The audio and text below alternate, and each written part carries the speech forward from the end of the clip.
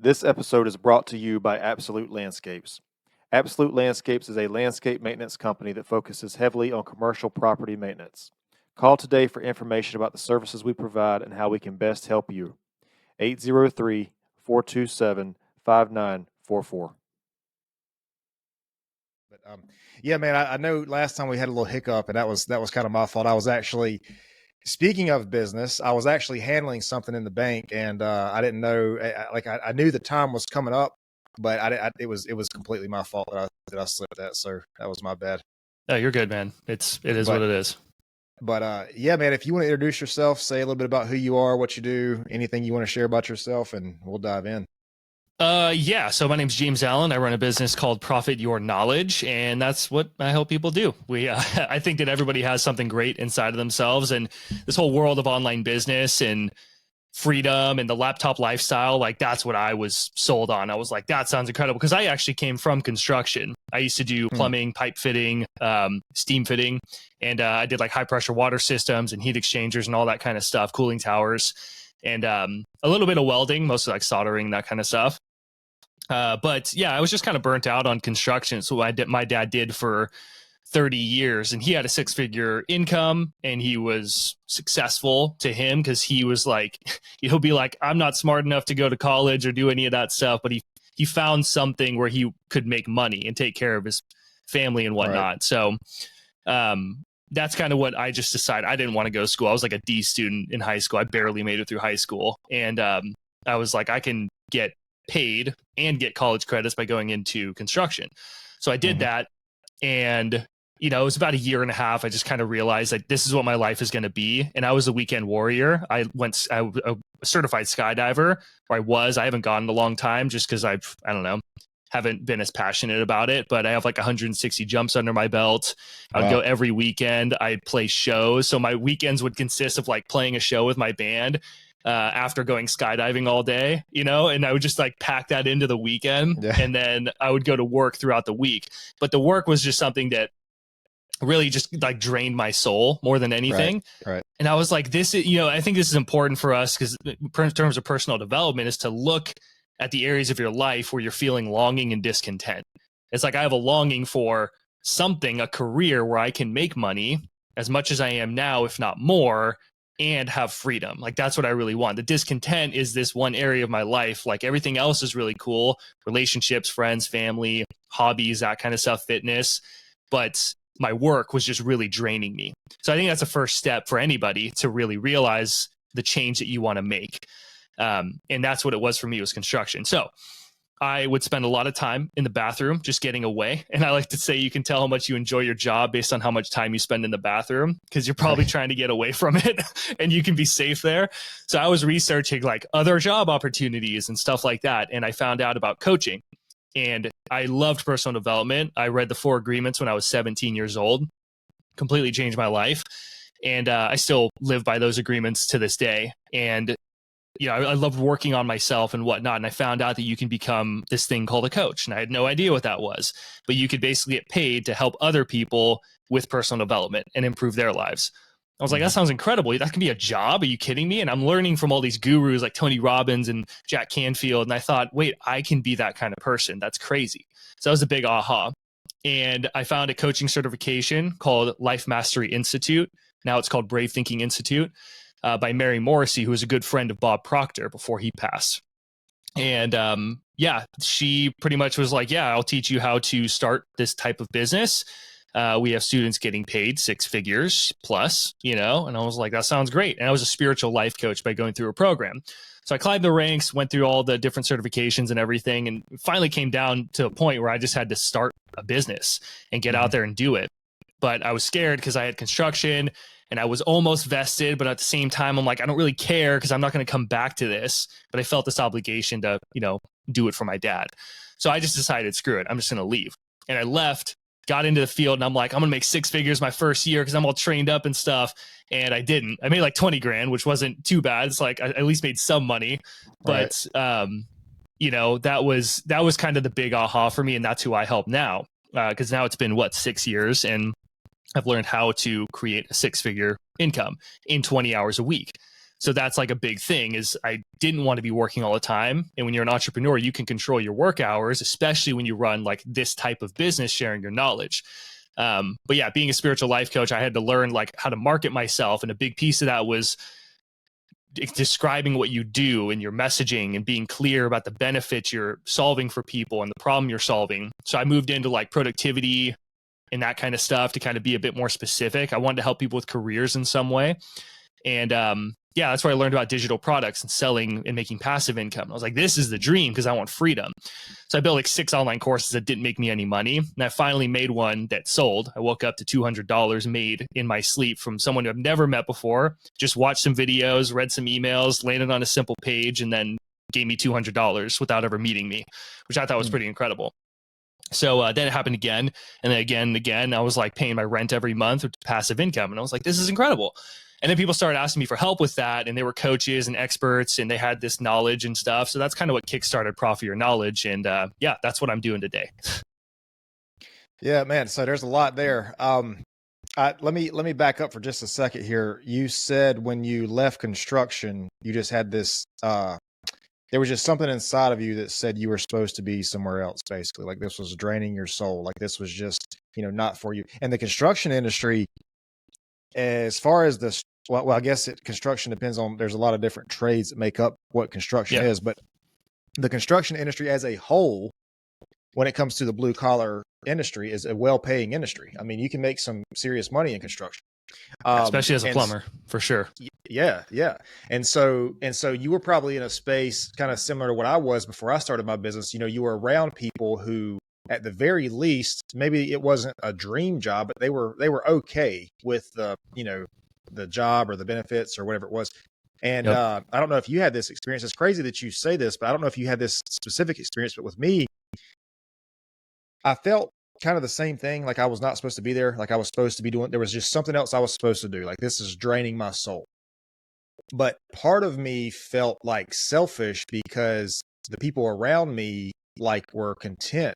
At least like okay with the job they had, like people, I was never in construction. My thing was, before I started business, was like manufacturing, warehousing, that kind of thing.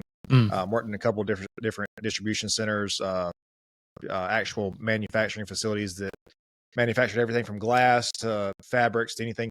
And so I've had a bunch of jobs, man, but yeah, I don't know. There was a part of me that like kind of felt guilty because I was like, man, I should be like these people that are around me in these jobs. They have families, they have houses, they have, they have lives that they're okay here. And I just feel like, man, is this selfish of me to want something else, to want more? Like, in other words, some people would be happy to be in my spot. And here I am saying that, oh, I want something different. And it's just this whole dilemma that you go through with yourself. I don't know if you had that. I had that.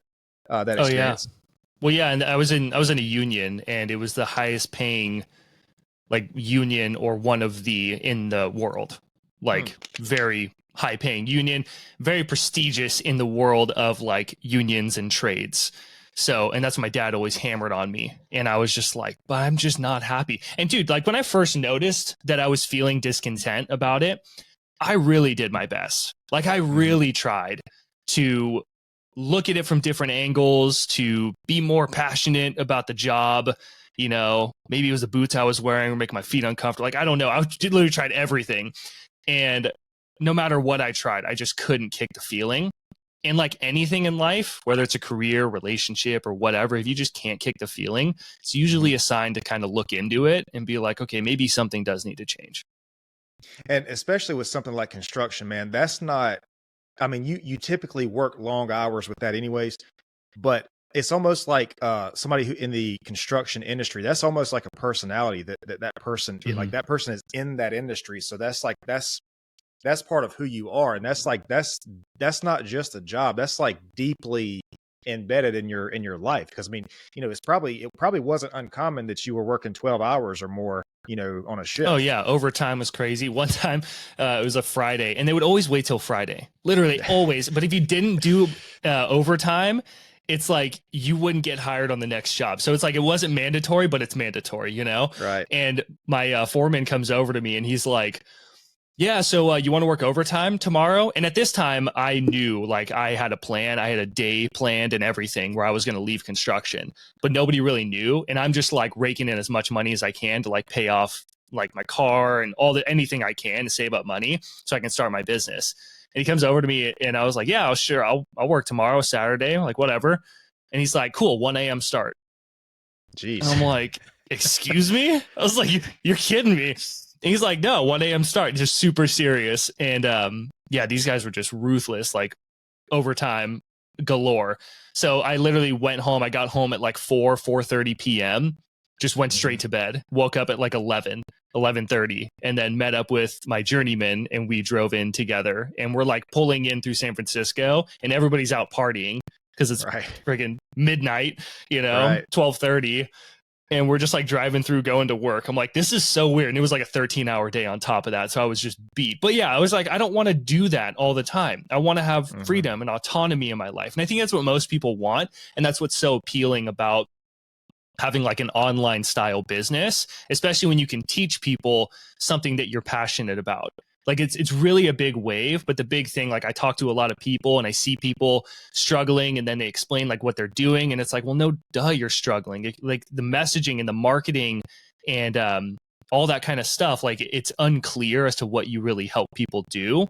And that's why you're not getting business, So that's where I come in, because I had to learn all that stuff myself and like getting clear as to like, what's the problem you're solving? Because that's any business. Oh, my toilet broke. I need a plumber. That's the guy you call, right? And then he comes in, he fixes your toilet. Now problem solved. Cool, you pay him. Problem solved. But like coaching business, any kind of business is the same thing. It's just with coaches, there's so many different types of coaches that people start to like get too fancy with it rather than thinking about, is this an actual problem that I'm solving? Or is it just something that I think is fascinating and I just want to get paid all this money for? It's like, you don't like that's kind of my big pet peeve with the whole industry. And that's what I try and do is like help people with that stuff. So, I can help them actually make money. Yeah. I think one, I don't know, like these sales courses, I never took like a college course on sales or whatever, but I think one thing that everybody who's going into this space, whatever kind of business it is, needs to be aware of is the fact that you are solving a problem for somebody. Because I think when you frame it that way, when you frame that you're trying to solve a problem, it's like nobody really likes the pushy salesman who's just trying to make a sale. You can smell that on a person a mile away, man. Nobody, I have a couple friends that sell used cars, and thankfully they're not like this. But the generality of this is the used car salesman. Just trying to make a sale. Like you can sense that on a person, and I feel like it will be much more fulfilling for both parties if you understand and you're aware of the fact that you are trying to solve a problem. Because like you on the seller's end, it gives you more of a mission, just other than just making the commission or whatever it is, which is kind of, there's no personal connection in that, which like sales is a huge part of. Like the personal connection is a huge part of sales. Yeah. And you have like when you get really clear on a problem that you can, like a big problem that you can passionately solve and you love solving that problem. And if a lot of people face that problem, like that's the perfect middle ground. A problem that you're passionate about solving that a lot of people face. Because then it's like your moral obligation to keep solving this problem for people. So when you're on a sales call, energy is a huge piece. I've taken many sales programs. Your energy will play a massive role. That's why someone can follow the perfect script, say all the perfect words, but people don't buy because they're like, I just didn't feel right. And then other people don't follow the script, but they know how to connect with people and speak to the problem and be like, yeah, here's how we're going to solve the problem. We're going to meet together and like game plan this or whatever. Then it's like, okay, yeah, I want to pay for it. And I like you. So I think that the energy is a huge piece, because when you know that you can solve a problem and the person who has the problem is sitting right in front of you and you can see exactly what they're doing wrong and know how to help them, like, why wouldn't you help them? Right. And you just have the energy of like, I feel like you care and you seem competent with this and I can trust you. And that's why people pay me. So yeah, but a lot of people, they just like, they pick a problem that's like some woo-woo problem, some made-up problem, and I have to ask them, I'm like, is that a real problem? And do a lot of people face it? This is like finding your niche, which is a huge challenge. I made a video about this on my YouTube channel and stuff, and like how to find your niche in 10 minutes or less, I think it's called. And Yeah, it's really just niching down by a problem, because that's what business is all about. And it's just thinking like the bigger of the problem you can solve and get better at it, the faster you can solve that problem for people, like the more you'll get paid. And I feel like too, if you are a competent problem solver, man, you will always have opportunities to solve problems because Yeah. because like everybody like you mentioned the plumber, the toilet issue. Like you think that, plumbing is just, oh, whatever, it's just whatever it is. But look, have a plumbing issue and you'll see how valuable a plumber is. Like, Oh, yeah. you like, and like just same thing with AC guys, it just seems like an industry like, oh, you don't know much about it, but have your AC go out and it's 100 degrees in South Carolina and you'll know exactly how valuable that business is. Yeah. But it's just like there's no shortage of opportunities to solve problems for people. And I feel like if that is the, you know, the mutual goal there is to solve the problem, I just feel like you'll get much farther in your sales calls or whatever it is, Yeah. Yeah. And you can clearly explain that. Like, I help who do what. And it's that simple. How you do it is what makes you unique. I have a friend who was a hostage negotiator. Oh, wow. Crazy, right? Work for like the FBI, stuff like that. And there's a really good book where another guy did this and he's really big. Never Split the Difference. That's what it's called. Yep. Chris Voss. But he was like a hostage negotiator. And like these guys are talking to hostages and literally convincing them to own up to their own crime and be happy about it and grateful that they convinced about their crime. It's like, well, how do you do that, dude? Like, that's crazy. So what these guys have done, and like my friend and also Chris Voss, is they had this crazy experience of that. And that's a very unique way of approaching sales. But everybody, there's a lot of people in sales. Like, I'm in sales. I do coaching. I sell air, really. But I do help people build something tangible. But it is kind of just like, yeah, like we're going to do this. And then they pay me, a good amount of money. So, but yeah, like anything in sales, like there's so many different sales professionals, car sales, like AC unit sales, like there's so many types of sales. And a lot of these people are just struggling to make their commission, to make more money. And they have enough leads sometimes. And like, that's the person you have to think about. Is it the person with no leads? Well, their bleeding neck issue of like, my toilet's out and I can't solve it, or my heat's out and I'm in, Carolina and it's just like blazing hot. That's a bleeding neck issue. It needs to get solved right now. And I don't know how to do it myself. So I'm going to call a pro to do it. Your coaching can be the same way. So it's like, but it's talking to the right person. Like, for them, it makes more sense to find the people who have leads. They got plenty of people on the phone, but they're not closing people. Yep. And it's like, I help people like sales pros who get enough leads, but can't close the sale, close more deals. How I do it is by taking everything I've learned being a hostage negotiator and applying that to sales. It's like, oh, that's interesting. But like, what you're helping them do is what they care about. And so many people lead with the how. And I think that that's like the wrong thing to do. And, like, I just don't like the two woo, even like if you're spiritual or whatever, like a spiritual coach, tie it to something that is tangible. Like, if you're a confidence coach, what the heck does that mean? Right. Like, what? Okay. I mean, confidence is everything. Like, it really is. But you have to tie confidence to something tangible that people care about, and that a lot of people care about. For example, talking about sales, I help sales pros close more deals, get more sales more consistently. That sounds great. That's what I want. How do you do it? Well, I help you by leveling up your confidence when it comes to sales. Oh, so I just took the thing about confidence that I knew and I'm really good at and passionate about, but I tied it into something that people actually care about. And by leveling up your confidence on a sales call, and there's a lot of things you can do related to that, which is what I could coach you on, you will be able to make more sales because you're more confident. People will trust you more. You'll be more charismatic, like all that kind of stuff. It's like, oh, that makes total sense. Now you're making a lot of money. Right. So I have to ask this, man, because this is just replayed in the back of my mind. So it sounds like maybe you work with businesses who are already started or somewhat kind of established, kind of headed in the, maybe they're having difficulties closing sales, or do you start with somebody who's fresh out of the gate, starting a brand new business, first day in business? I mean, what do you have a kind of a niche there?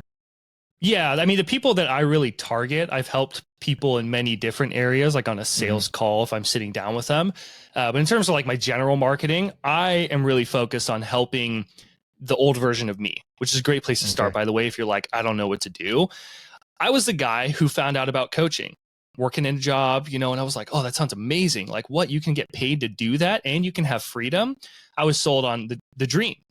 And then I went out there, I got certified, I spent money, I went through training, everything, and being like, okay, now I just need to start. So I got in and I started the game and got into the field. And then I realized, whoa, this is way harder than I thought it was going to be. I thought I'd make 6 figures in that first year. Not a chance. Where's the leads? Even when I get people on the phone, I can't close them. I want to coach people good, so they want to keep re-enrolling with me. Like, there's all these other problems. And that's something else is like this big problem you solve has a lot of sub problems. Right. And those sub problems you can address in content and that kind of stuff. But yeah, that's really the person. It's like they found out about this whole knowledge space and they're like, that sounds amazing. So they get all their ducks in a row, certifications, whatever it is, get out into the field and realize nothing, like it's not working the way I thought it would. This is way harder. So then they go to Google, YouTube, all that kind of stuff. And they say, how do you market yourself? How do you get more elite clients and stuff? That's what I create content around to help people break past those 10K months in under 20 hours a week. That's kind of my unique thing because I was a productivity coach before. And like I literally work like on average 20 hours a week, sometimes a little more, sometimes a little less, kind of depends on the week. So yeah. And like the problem is for coaches specifically that I'm built a niche around is breaking past that 10K month or the 6 figures. Like that's what people want, which actually is $8,333. But 10K months is like what everybody dreams of. So that's just what I say. Okay. So the reason I asked that is because I can only imagine, if you have, I don't know what it is, man. It's like this philosophy of, starting a business and just automatically having passive income and, starting a business and wanting it to be very few hours a week. I can see this kind of going in several different ways here where it might attract some people who think that means that they don't have to do any initial work up front. And I'm just curious how you would handle that, if because but this is me on the outside looking in. I don't know, your industry or how you coach these people, but I imagine if I were to have some banner on social media or whatever, and it says, 10K months and less than 20 hours a week. I just imagine for the most part, the type of calls I would get from that are going to be people who are just trying to make a quick buck, just trying to make something that's not really providing any value. They just see that sum of money for, a little bit, very few hours. And so I'm just kind of curious how you, that's why I was asking if you work with people who are kind of a little bit more well-established, who are over that hump of like, all right, if I'm going to build something of value, I'm going to have to put some time, at least initially, into this thing. I don't know, maybe not. Maybe the people you help, they do start out, day one, 20 hours a week, and within 30 days, they're at that mark. But maybe I'm not making my question clear enough. No, I get what you mean. It's I just tell people the truth. Like, okay, you can, if you want to make more money in fewer hours, my first tip is just work fewer hours. Because you need to figure out how to make that money in fewer hours. It's called Parkinson's Law. So if you're in college and I give you an assignment, I'm your professor, and I say you have 3 months to do this. You're probably going to milk it for most of that time. And at the end, you'll probably scramble and get it done. But you're going to get it done in 3 months. But if I give you the same assignment and say, okay, you have 1 week to get this done, you will somehow make it happen in a week because you prioritized the most important things to get that task done. So that is the idea and what I teach people up front. And like what we have to understand too is with an online business, there's different ways that you can do your marketing. I make YouTube videos. I make podcast episodes. I'm on podcasts. And what this does is allow, like what I'm talking about right now is addressing your question. I'm grateful you did that, but someone can listen to this and then they're hearing my explanation on like, oh, okay, that actually does make sense.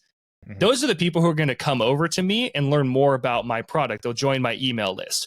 They hear my YouTube videos where I'm telling them the truth. But it's kind of a tricky game. My YouTube coach, they call it like putting broccoli in a burger. So like the kid wants a burger, but you're like, well, you got to eat your vegetables. So what do? You just cram all the broccoli into the burger. That way they get their veggies and they get the burger, but that's the packaging. So you package it as like, this one trick helped me to 10K a month as a coach. And you're like, oh, cool. That's interesting. Like, I'm a coach. And that's why saying as a coach is the right way to do it, because the only people who would click on it would be a coach, not just I'm the fastest way to make 10 grand a month. Like I could be talking to some like, college kid or like a high school kid who's just trying to make money on the side. I don't like the side hustle stuff. And I'll be straight up about that. I like people who are committed to building one business that, I mean, they could build multiple too, but like, they're just like, I want this to be my job. I want to be able to help people with something real that I really enjoy and that I'm good at and get paid good money. And I want to be able to have freedom. So in all of my content up front and the top of funnel, if you will, that's teaching people my philosophy when it comes to this stuff. So by the time they get onto the email list, and even when they get on the email list, like even on the sales page, like I'm teaching them that stuff, that it doesn't happen overnight. I have a program called Effortless Income, and I was skeptical about the name because it's like, oh, it's just going to happen. But it's like straight up, I tell people, it's like, it's gonna like, and even when you get into the program, like it takes time to build this type of system. But the nice thing and the real benefit of it is that when you do have a really good product, you have a good way of driving consistent traffic to it, you can go travel and make money while you travel, like legitimately. And I can show proof that I've done it and that my clients have done it and all that kind of stuff, that sales are happening when you're not working or you're doing something else. Right. And that's like the real magic of it. So everything that I do, and this is for the listener, if I'm making that promise that I'll help you get whatever result, if it's like a sales page, I have to back up with testimonials, with proof of my own story and all that kind of stuff, that I've done it, I've helped other people do it, and you can do it too. And if you could do that, like you can sell your programs and coaching and stuff. So I hope that answers your question. But like, yeah, there's so much scam stuff. And the reason, like, I quite frankly didn't want to do this, but my coaches kind of helped me and be like, this is just what resonates with your audience though. Right. They're coaches who want to get to the 10K month range. But I didn't want to be that guy for so long, and I tried not doing it, and it worked, but that's like, it's kind of a balance of like understanding what people really want and where they're at. Because it's all about level of awareness too. And that's like the broccoli and the burger thing. It's like, this is where you're at right now. But as you get into my ecosystem and you learn more from me, you're going to realize like what the truth is. And if you want to take action on that, we can.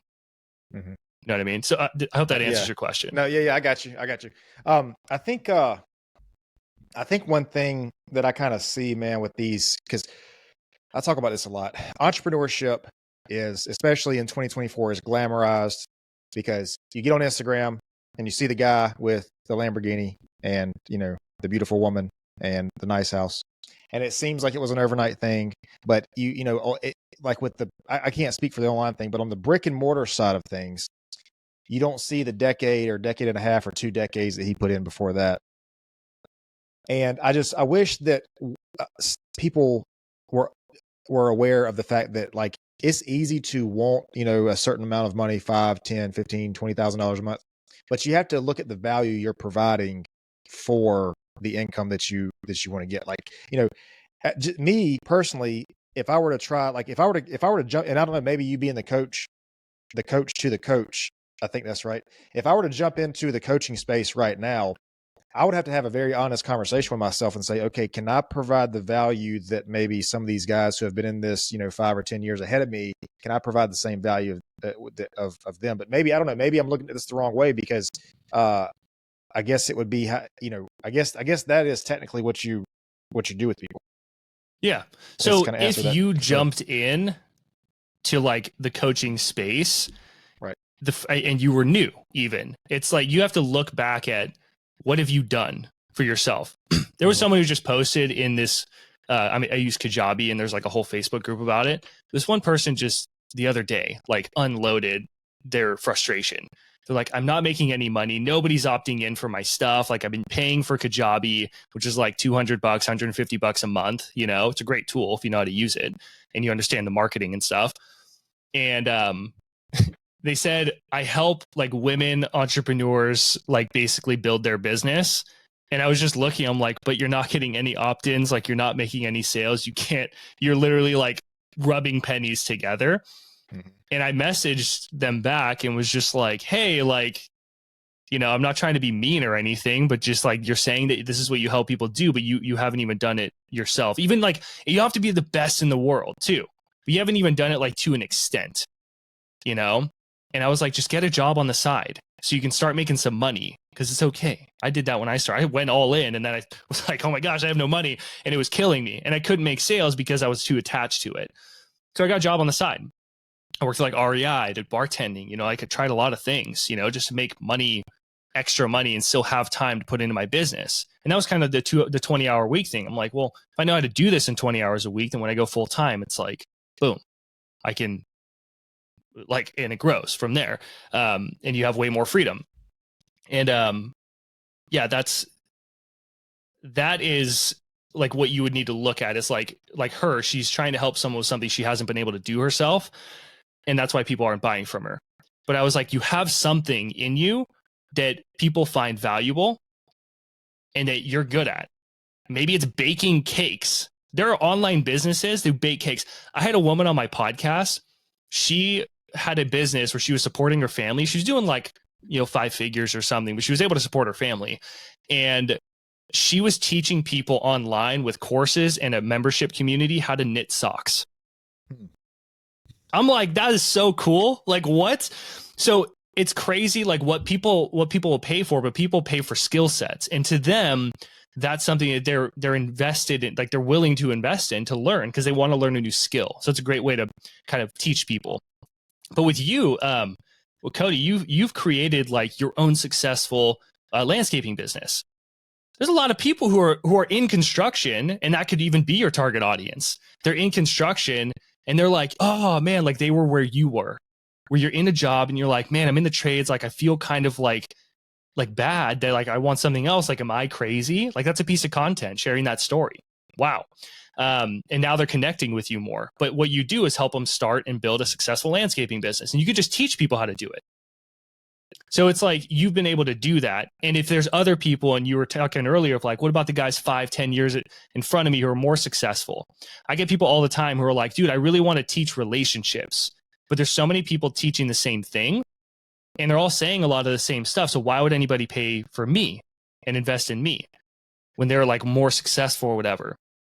It's like, because you have a different experience with that thing. And the thing that's going to make you different are your stories. Nobody has lived Cody Jones' life. People can have similarities. You can have similar shared experiences, but nobody's seen the world through Cody Jones and whoever's listening with whatever it is you're trying to do. If it's relationships, nobody has, people have shared experiences for sure, but you have different viewpoints. You have different stories and your own experiences that will relate to other people. And it's up to you to be sharing those things. And a lot of time, I was just talking to my copywriting coach today before I hopped on the call. And we were talking about like, this is kind of what I mentioned. I touched on this earlier about like the type of lead that you're getting, like through YouTube. If you were watching your YouTube videos and they've been watching for months, like they feel like they know you. And I know that because I've literally hopped on calls with them and they're like, dude, it's actually you. I feel like I know you. I've never met him in my life, because that's the power of YouTube or podcasting too.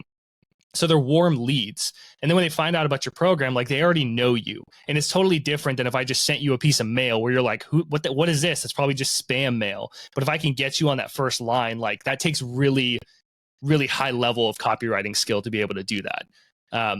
So that's like the power. And what I always recommend to people is like start making long form content, whether it's like podcasting or blogging or YouTube, because they live on forever, but share your stories about this experience of relationships and the problems that you've solved for yourself and how you solve them and the lessons you can learn. Like that's the best way to get started with it. You can obviously like get deeper into it down the road. But yeah, everybody has something like that people find valuable. And it's like, it's just looking at the problems that you've solved for yourself and think, what are the biggest problems I've solved for myself? It's like for me, this is, I talked about my niche video. It's like building a 6-figure coaching business. Well, that's a big problem I figured out how to do. Becoming a performing musician, getting paid to do that. Now, I haven't made a ton of money of it, but I've done it. Or learning how to play drums. Like I learned how to do that and I could teach other people. find a really cool girlfriend that's like smoking hot, and super cool. It's like the perfect triangle. I learned how to do that. And I went through so much stuff with like dating and relationships, getting better at CrossFit. And the thing is, like, there's a business out there called WOD Prep. And the guy, his problem or his niche is teaching people in CrossFit how to RX CrossFit workouts. So it's just like, the hardest or the recommended, but a lot of people scale. Instead of doing handstand push-ups, they're doing like push-ups or overhead presses with like dumbbells. So he teaches them how to actually do RX movements with his YouTube channel. He sells programs and stuff. So it's like you can build programs around anything.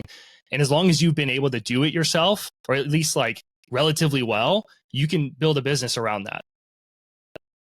Yeah, that's actually a really good point, man, because some of those things you might think are just everyday boring things about yourself, those stories that maybe quote unquote nobody wants to hear. It could be the thing that sets you apart. It could be the thing that people really do want to, like, that might be the reason that people want to work with you. Maybe they have a similar situation to you and they can't, all these people that are 5-10 years ahead of you, they can't find anybody with a similar story to that. So yeah, you're the one that has a similar story. So it might actually be the thing that helps you sell, helps you make these connections, helps you make these improvements. I mean, even take me, for example, like I'm an online business coach for coaches. Mm-hmm. That is like the most saturated niche. I was so nervous about going into this, but I was like, I felt a calling and a longing to do this. And I was like, that's just what I feel like I'm meant to do, and it was just a pull that I wanted to do it. So I just started trying it and I was helping people get results and making money and stuff. And I'm like, okay, I guess I can do this. Like, let's just get better at it. And there's people way bigger than me doing the same thing. Like you see them all the time. Do one Google search and you'll start getting flooded with all the ads. But it's so saturated, but I can still build a 6-figure business, and I'm not saying 6 figures like Valhalla or anything, but like that's a good income and be able to do it in 20 hours a week. So people still pay me. Why do they pay me? Because the way that I see things based on my experience with being a productivity coach, being a spiritual life coach, I've literally had people hire me because just of the fact that I was a spiritual life coach and my background, or blue collar worker, or that I was a productivity coach too. And they can even go back on my YouTube channel and see that content. So by me sharing those stories and experiences, that actually can make me different from all the other people teaching the same stuff. They're like, just because it's you or the things you're interested in, like those are the things that people will buy. Like they'll pay into you. And it's like, it's the whole thing of like people invest into people that they know, like, and trust. And they know, like, trust, and respect too. So that's the importance of sharing these different stories with people in your content, in your personal experience and whatnot. And there's so many stories you can share of like the big milestones and things that happen, like me leaving my job or starting my business or having my first $10,000 day or, whatever it is. But then there's also like the little small stories that come around it too of like, hey, this happened to my client, or this just happened to me and me being the client in my coaching program. And this is what we talked about to address that. You'll probably experience the same thing, and just sharing from your experience. Like, I believe that experts teach from experience. And I think that's what makes an expert, because anybody can spit facts. You and I were talking before we hit record about like AI and all that crazy stuff. It's like anybody can type into ChatGPT, like, give me 10 hacks to do blank. And then I could just turn that into a YouTube video. It's going to be mundane. Maybe it'll get some views, but is it going to really bring in quality leads? Probably not. But if I can take those 10 points that are like, yeah, people talk about these, and I can add my own unique little story or viewpoint or metaphor to each one of them from my own experience, wow, that just upgraded my content massively. Let me ask you before we close out here in a little bit about productivity, man, because I feel like this is a big one. And I feel like, I don't know. I guess the question here is what's really stopping people from being the most productive they can? I don't know how short or long of an answer that is, but like some of the I guess biggest detrimental factors to productivity. What do you see? I mean, what do you think there? It's a lack of focus. My first course that actually sold for me, because I built like 6 programs that didn't sell, was a productivity course, and it was called Peak Focus Academy. And I did a ton of research. That was a big, people were like, what was the difference from that one that sold versus the other ones that didn't sell? Is that was the first time that I really did customer research and got to know my people. I sat on calls. I read Reddit threads. I went through YouTube comments. Like, I did my research on the real pain points that everybody was experiencing that I could help. And from there, I started to spot trends. And the first trend, or the big trend that everybody kept saying, was like, I don't have focus. I can't focus. I can't maintain my focus. So I built a whole program around focus, Peak Focus Academy. I think I could have came up with a better name, but hey, it worked. And that, I think, is the biggest thing that stops people, because, you know, the whole adage is, oh, I don't have time for that. And, you know, the rebuttal answer is, you have time, you just haven't prioritized that time. Mm-hmm. But the problem right there, the bigger problem, is that people don't know what to prioritize. And if you knew exactly what to prioritize, it was the biggest needle mover for you, you would trim the fat on everything else that doesn't get you to that goal. And I think that's the biggest thing that stops people from being more productive in their life or in their business. So would it be reasonable to say that when we talk about trim the things down, that's actually not, I don't want to say important, but maybe the most conducive to whatever the goal is, would it be reasonable to say that people are kind of focused on too much at one time instead of there's a lack of focus? Maybe we're focused on too many things at once. Yeah. I use this analogy because this is from my own personal experience. In construction work, there is, and I mean, I think it's also just like physics, but you know, you have your main water pressure line at the bottom. Mm-hmm. It's this huge pipe that supplies the whole building.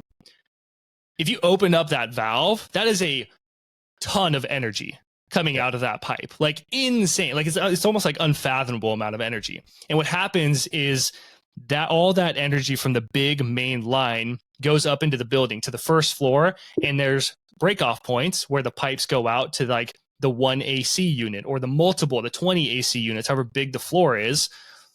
And that requires more energy from that basic line. And then it goes up to the second floor. It's the same thing. And if you like, the more you have to focus on, the less the less quality focus you'll be. So the less you have to focus on, the greater your focus will be. Imagine if we just plugged 1 AC unit straight onto the main. Right. It would probably explode. It'd be insane. Like, oh my gosh, that's crazy. So that's how we want to think about focus and energy. And when you're focused on one key thing, and that's the only thing that you have blinders on, like Mr. Beast, for example, the biggest YouTuber in the world, he was really young and he just got obsessed with YouTube to where everything that his life was like eat, sleep, YouTube. That's it. He would sit on calls with people, his friends, and they would just brainstorm thumbnails and titles and ideas for YouTube video. He would be making YouTube videos. Like that was his entire life. And look where he is now. So that's the biggest thing. But it's hard too to like build a business if you work a job on the side, or you have kids on top of that. You know, you got a girlfriend too, or a boyfriend, and you or a spouse, you know, whatever it is, you have friends. Like there's all these things in life which are like your main, which is the amount of energy you have in a day, is being spread to going to a job, then coming back, or trying to fit in this business on the side. And that's where you have to be very strategic about what actually moves the needle to grow this thing. And that's tricky, you know, because there's so many things you can do when it comes to business. Like, should I be on Instagram? Should I be on TikTok? Should I be on YouTube? Should I make a product? Should I do coaching? Like all this stuff. And that's why there's not really like a one size fits all answer for people. But, you know, the formula that I've learned, the business model, is that there are a few key things that drive what I learned from a mentor, Graham Cochran. He coined it the income engine, but it's like your content. And if you can be smart with the different type of content you create, like YouTube videos, they live on forever. So they're constantly being searched by people. And if you have a lead magnet, which is the next piece, that gets people on your email list. And then the next piece is a series of emails that build more value, build trust with the people, and point them to a product. And then they can buy the product. And that's the really simple funnel that has made people like millions and millions of dollars, and it served me very well as well. I haven't made millions of dollars yet, but just transparency. And but it served me well. It's allowed me to like go travel to Sweden. I made like $8,000 on 2 weeks in Sweden. Went to Florida. We were making sales while I was in Florida. I didn't make $8,000 that time, but we were still making sales while I'm chilling for 10 days, just like hanging out with my girlfriend, traveling around, no calls whatsoever. That's the power of YouTube. So that's where you have to get very strategic about like, how do I want to drive traffic to this? And doing your research, having a good system that can sell those products and make the money for you. Or if you're coaching people, you have to be strategic about how much you're pricing your coaching for to account for how many people you can help.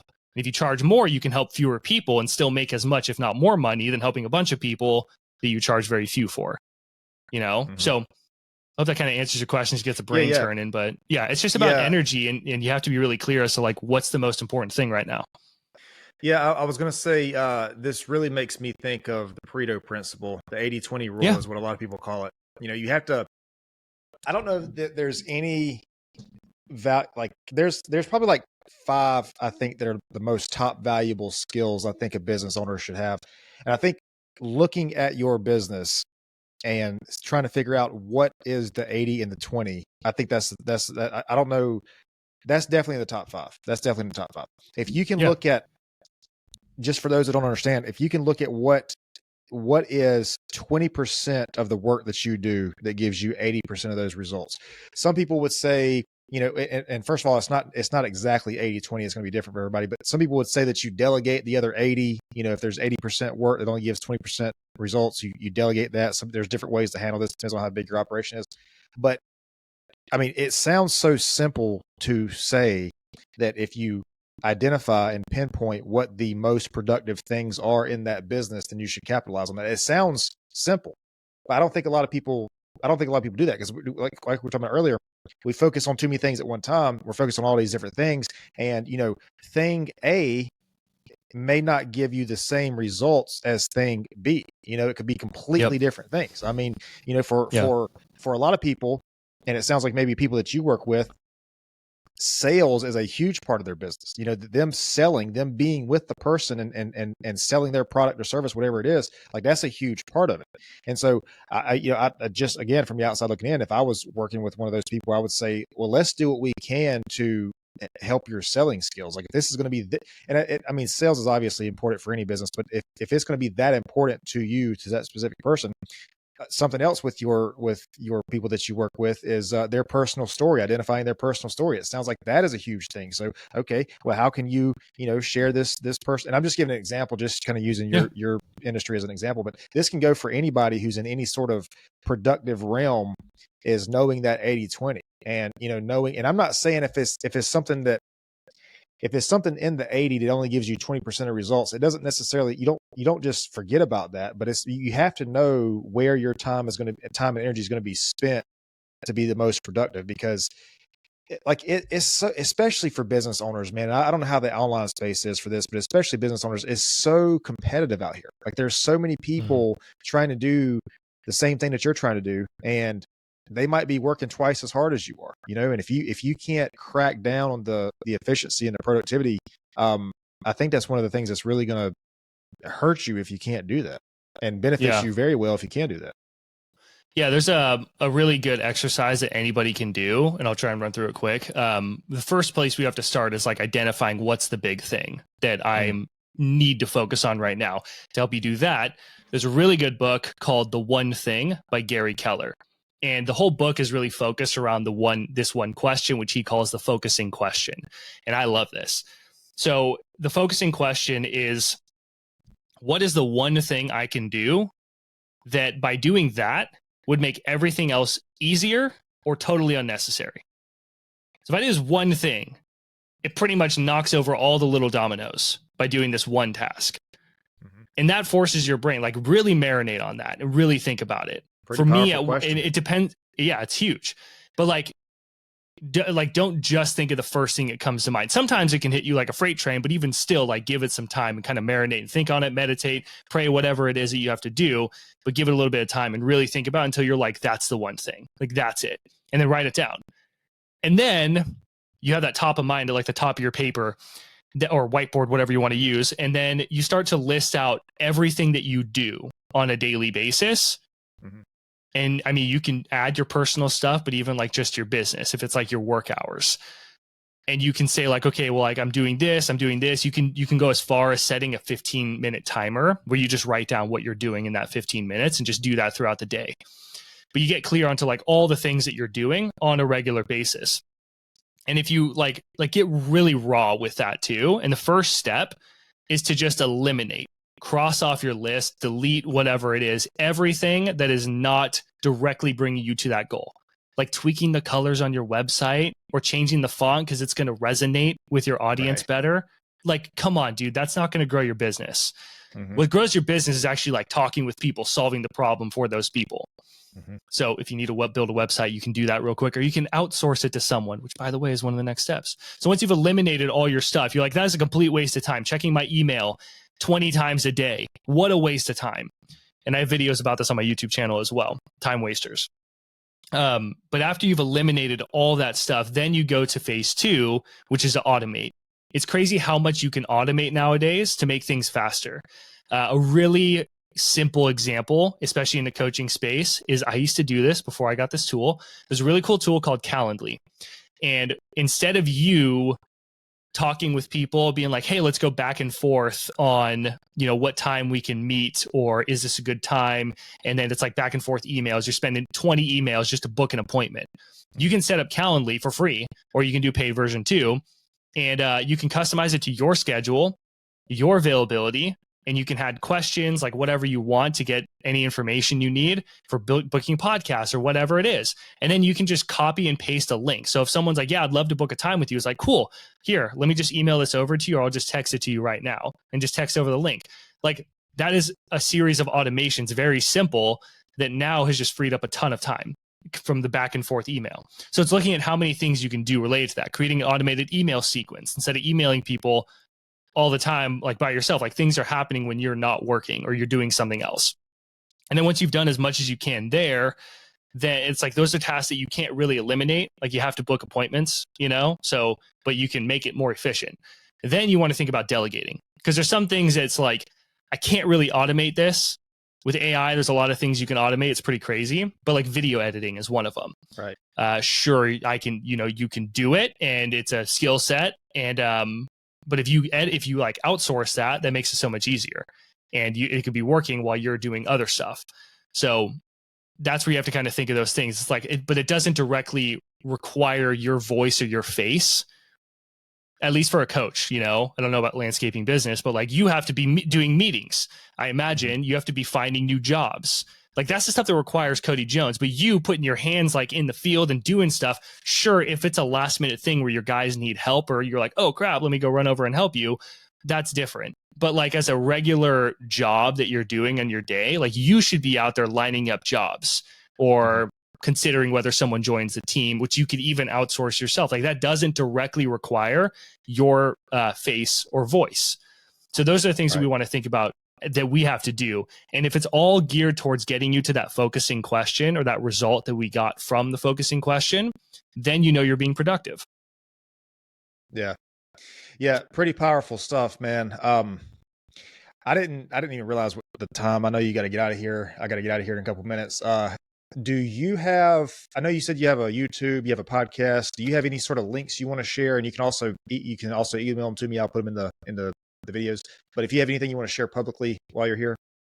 Yeah. I would just Google Profit Your Knowledge and I'll pop up. So my website, my YouTube channel, my podcast, all that kind of stuff.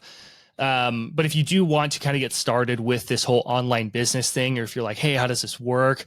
I put together a whole masterclass that is pretty extensive, but that is going to teach you how to, really the whole point of the masterclass is how to make $2,000 a month from digital products without complicated tech. It's just a good place to kind of get you started. It goes over like the process that I kind of touched on of like content, lead magnet, email, sales page, the product. But yeah, it's really about how to build good products that people actually want to buy even before you've built them, how to build a system that sells the product, and then how to drive traffic to the system. Okay, so that's the whole masterclass, but you can get that by going to profityourknowledge.com/masterclass. But yeah, the YouTube is a really good resource. That's where I post the most. Okay.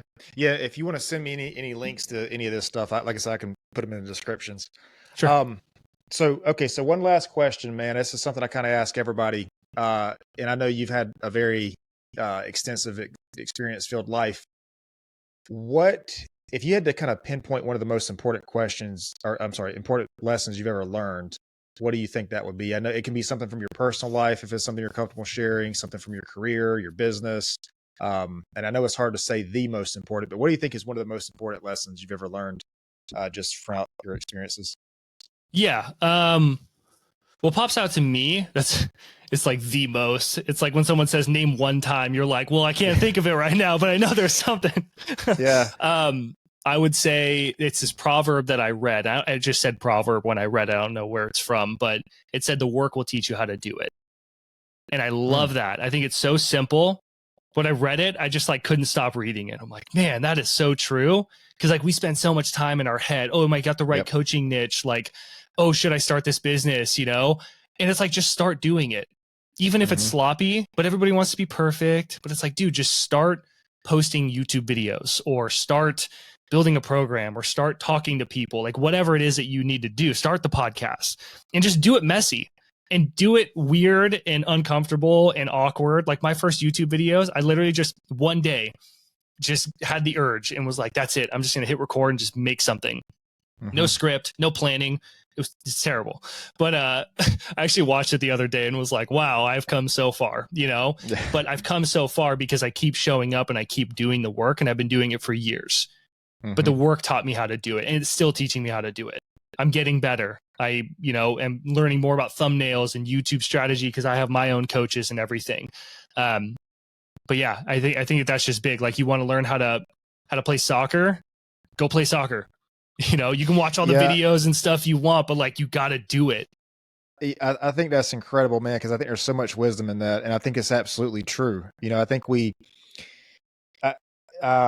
what's the phrase? Analysis paralysis or something like that. We can paralyze ourselves by analyzing something so much. But if you just have to get out, and I tell people about the gym all the time, you know, getting inside the door of the gym is the hardest part.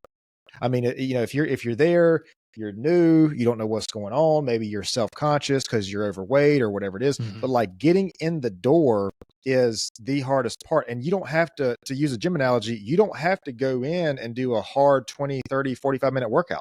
Just go in, spend 5 minutes walking on the treadmill and leave. The next day you come in, maybe you do a little bit more. And it's just like, that is the hardest part, is getting started. I mean, it sounds so simple. It does sound simple. And I understand that. And when you're in that space, you know, it's like okay, well, give me something useful here, but it is that simple. I mean, you know, and that's for everything.